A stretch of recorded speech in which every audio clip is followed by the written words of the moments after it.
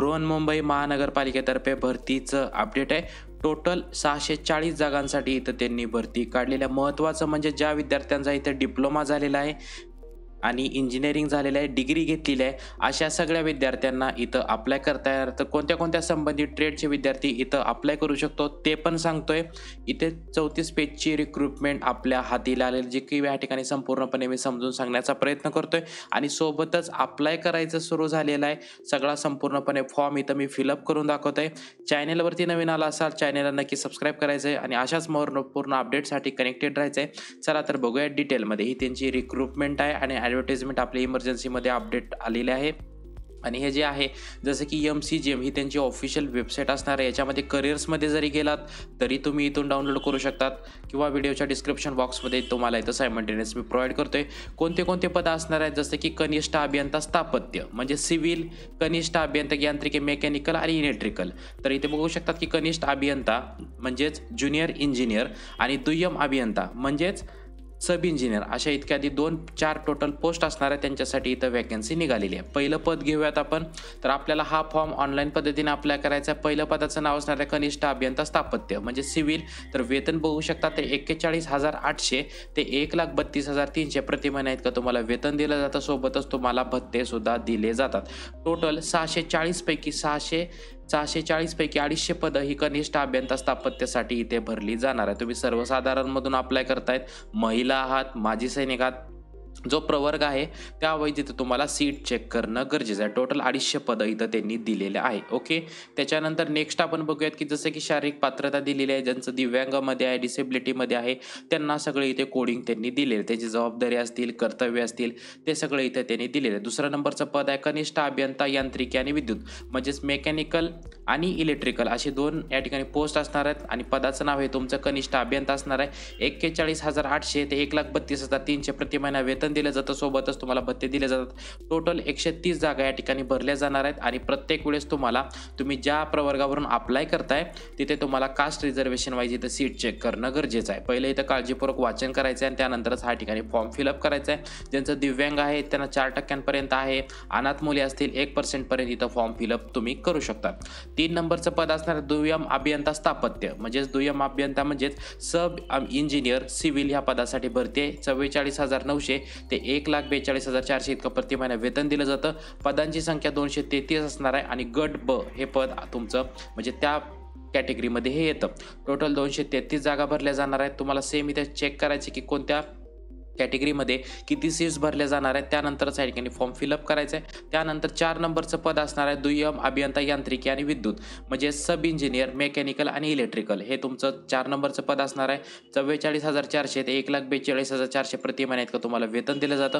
Total 77 जागा असणार आहेत म्हणजेच टोटल 640 जागांसाठी इथं त्यांनी भरती काढलेली आहे. ओके, तर शिक्षण सुद्धा मी या ठिकाणी सांगतोय. नेक्स्ट आपण बघूयात की या ठिकाणी काय काय दिलेलं आहे.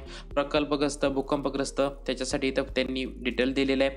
आता प्रत्येक पदासाठी शिक्षण सांगून देतोय. जसं की कनिष्ठ अभियंता स्थापत्य याच्यासाठी तुमचं SSC पाहिजे आणि SSC झाल्यानंतर ज्यांचा इथे डिप्लोमा झालेला आहे, संबंधित ट्रेड झाले जसं की सिव्हिल झालं, त्याच्यामधून ह्या पदाला त्यांनी अप्लाय करायचं तेच दिलेलं. जसं की SSC याचं ठिकाणी तुमचं झालेलं पाहिजे. सोबतच तुमची या ठिकाणी बघू शकतात की डिप्लोमा झालेला आहे तरी तुम्हाला इथं अप्लाय करता येणार आहे. ओके, त्यानंतर नेक्स्ट पद बघूया की कनिष्ठ अभियंता यांत्रिकी विद्युत याच्यासाठी तुमचं SSC पास पाहिजे. SSC पास नंतर ज्यांनी विद्युत, ॲटोमोबाईल, इलेक्ट्रॉनिक्स, प्रोडक्शन इंजिनिअरिंग किंवा डिप्लोमा केलेला आहे. जसं की डिप्लोमा कशामधून तर डिप्लोमा इन इलेक्ट्रिकल झालं, पॉवर सिस्टीम असेल तुमचा, इलेक्ट्रिकल इलेक्ट्रॉनिक्स झालं, त्यानंतर प्रोग्राम इन इन्स्ट्रुमेंटेशन असेल किंवा इलेक्ट्रॉनिक्स अँड कम्युनिकेशन असेल. याच्यामधून ज्यांचा डिप्लोमा झालेला आहे 10वीवरून त्यांनी इथं अप्लाय करू शकतात. 3 नंबरचं पद आहे दुय्यम अभियंता.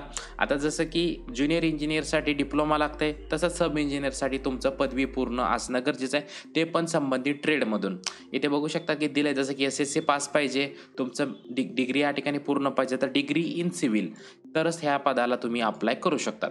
ओके, तर नेक्स्ट आपण बघूयात की पदनाम 4 नंबरचं पद आहे तुमचं दुय्यम अभियंता यांत्रिकी व विद्युत, याच्यासाठी तुमचं SSC पास पाहिजे आणि तुमची जी पदवी आहे ती यांत्रिकी किंवा विद्युत झालं किंवा ऑटोमोबाईलमध्ये असेल तरी अप्लाय करता येतात. म्हणजे इलेक्ट्रॉनिक्स झालं, प्रोडक्शन असेल, तुमचं बॅचलर इन इंजिनिअरिंग म्हणजेच इलेक्ट्रॉनिक्स अँड पॉवरमधून झालेलं आहे तरी तुम्हाला इथं अप्लाय करता येणार आहे. म्हणजे डिग्रीचे विद्यार्थी अप्लाय करू शकतायत पहिल्या 2 पदांसाठी आणि उर्वरित 2 पदांसाठी डिप्लोमाचे या ठिकाणी विद्यार्थी अप्लाय करणार आहेत.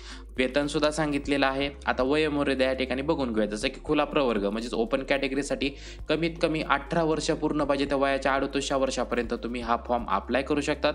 मागासवर्गीय विद्यार्थी असेल तर 18 ते 43 असणार आहे आणि तुमचं वय हे 1 नोव्हेंबर 2024 पर्यंत इथे वय कॅल्क्युलेट केलं जातं. ओके, माजी सैनिक असेल, मागासवर्गीय असेल त्यांना इथे वयोमर्यादा इथं दिलेलं आहे. जसं की इथं 43 वर्षापर्यंत तुम्ही अप्लाय करू शकतात. ओके, तर हेच त्यांनी इथं डिटेलमध्ये दिलेलं. तुम्हाला एज रिलॅक्सेशन सुद्धा असेल ते पण इथं बघून घ्यायचं. आता त्यांनी चार्ट बनवलेलं जसं की प्रवर्ग आणि कमीत कमी वय किती पाहिजे आणि वयाच्या कोणत्या वर्षापर्यंत तुम्ही अप्लाय करू शकतात.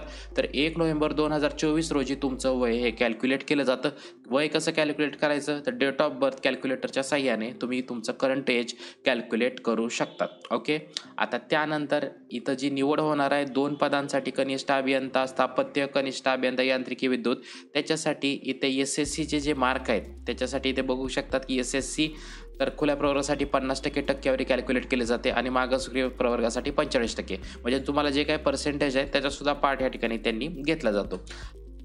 सिलेबसच्या बाबतीमध्ये बोलायचं झालं तर तुमचं 3 पार्ट असणार. जसं की सामान्य ज्ञान म्हणजे सोशल सायन्स झालं, त्यानंतर बौद्धिक क्षमता झालं, तांत्रिक ज्ञान झालं, असा टोटल तुमचा 100 प्रश्न असणार आहेत आणि 100 गुण असणार. म्हणजे एक प्रश्न 1 मार्कासाठी असणार आहेत आणि हा पेपर तुम्हाला 1.5 तासाच्या आत हा तुम्हाला पेपर सॉल्व करायचा आहे. ओके, तर हे सगळं त्यांनी डिटेलमध्ये दिलेलं आहे. जसं की दुय्यम अभियंता त्याच्यासाठी इथे दिलेल्या प्रवर्ग किती, तुमची टक्केवारी किती कॅल्क्युलेट केली जाते, तुमचे एक पर्सेंटेज त्या ठिकाणी फॉर्म भरताना टाकणार आहात ते पण दिलेलं आहे.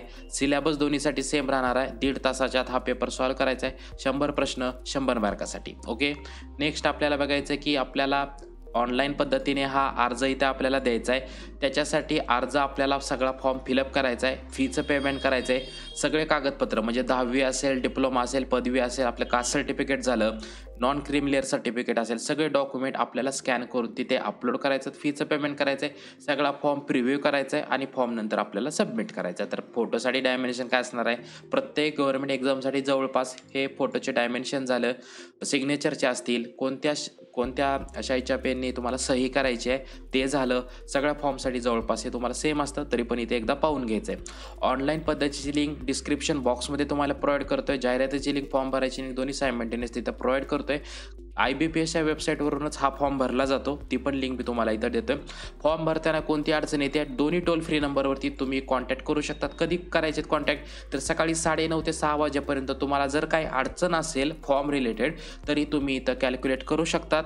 नाहीच तर तुम्ही आपल्या व्हिडिओच्या खाली कमेंट करू शकतात की हा मला प्रॉब्लेम येतोय, मी त्या ठिकाणी नक्कीच रिप्लाय देण्याचा प्रयत्न करेल. सगळ्यात पहिला नवीन रजिस्ट्रेशन करायचं आहे, फॉर्म फिलअप करायचं आहे, सगळी इन्फॉर्मेशन भरायची आहे, डिटेल व्हॅलिडेट करायचे आहेत, सगळे कागदपत्र इथे अपलोड करायचे आहेत, फॉर्म प्रिव्ह्यू करायचा आणि आपल्याला फायनल पेमेंट करून सबमिट बटनवरती क्लिक करायचे.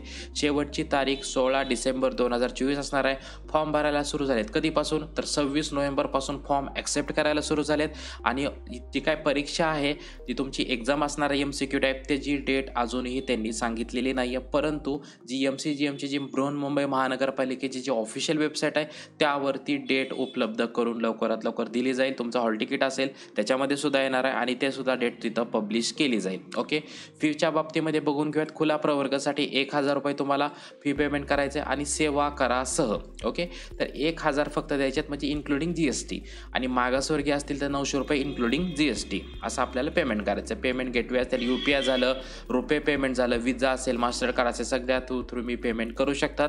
फीचं पेमेंट केल्यानंतर तुम्हाला रिसिप्ट जनरेट होते, सगळ्या फॉर्मसाठी होते, ह्या पण फॉर्मसाठी सगळ्या फॉर्मसाठी रिसिप्ट जनरेट केली जाते आणि सायमल्टेनियस तुम्हाला मेलवरती सुद्धा पाठवलं जातं. हॉल तिकीट डाउनलोड करायचं आहे, जसे की तुम्हाला लिंक प्रोव्हाइड केली जाते मेलवरती SMS मध्ये, त्यानंतर हॉल तिकीट डाउनलोड करू शकतात. तेच सगळे इथे दिलेलं आहे. जसं की एक्झामच्या वेळेस तुम्हाला एक फोटो ID प्रूफ घेऊन जावं लागतं. अशा वारंवार सूचना ज्या असतात त्या इथं ॲडव्हर्टिजमेंटमध्ये तुम्हाला इथं प्रोव्हाइड केल्या जातात. ओके, तर आपण डायरेक्टली ॲप्लिकेशनच्या वेबसाईटवरती जाऊया. त्या ठिकाणी कसा फॉर्म फिलअप करायचा ते सांगतोय की तुमची ऑफिशियल वेबसाईट असणार आहे. वेबसाईट एकदम ट्रस्टेड असणार आहेत आपल्या चॅनल थ्रू. कधी पण वेबसाईटचा लोगो सगळ्या ॲप्लिकेशनच्या डेट्स, URL ह्या गोष्टी चेक करणं गरजेचं आहे.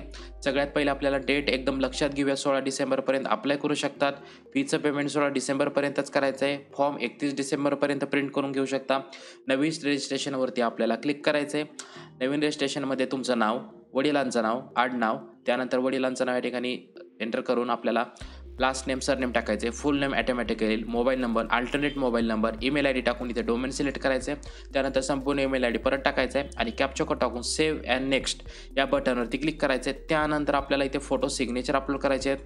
ते मी डायमेन्शन सांगितले. सगळे डिटेल्स भरायचे आहेत.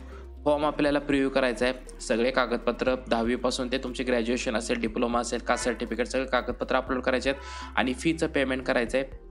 तर या प्रकारे सगळा फॉर्म इथे फिलअप करायचा आहे. याच्यासाठी तुमचा एनरोलमेंट नंबर, रजिस्ट्रेशन नंबर आणि जो आपण पासवर्ड या ठिकाणी तयार करतो तो मेलवरती पाठवला जातो. तर ही सुवर्ण संधी आहे. लवकरात लवकर अप्लाय करायचं आहे आणि ह्या सुवर्ण संधीचा फायदा घ्यायचा. टोटल पदांची संख्या 640 असणार आहे.